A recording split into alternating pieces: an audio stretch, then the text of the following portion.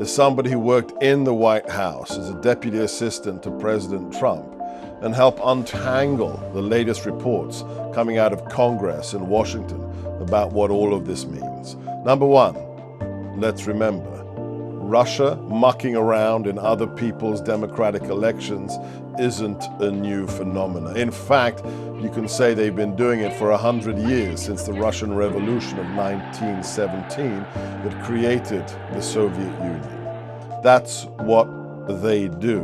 And let's not forget that the current president of Russia is a former KGB colonel, and the KGB is exactly the organ that would have been doing that. So to say this is a new phenomena is, of course, ridiculous. But were Russian agents in trench coats really stuffing voting ballots into ballot boxes across America? Of course not. What do we know?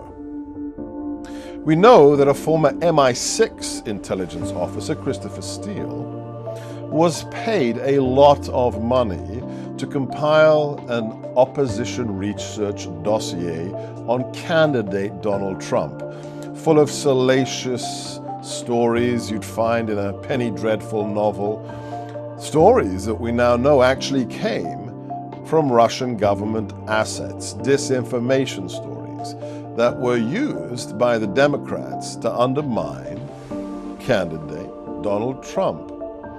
This was so important to them that Hillary Clinton and the Democrat Party paid more than $12 million for that dossier. Not bad work if you can get it. But that's not where the story ends.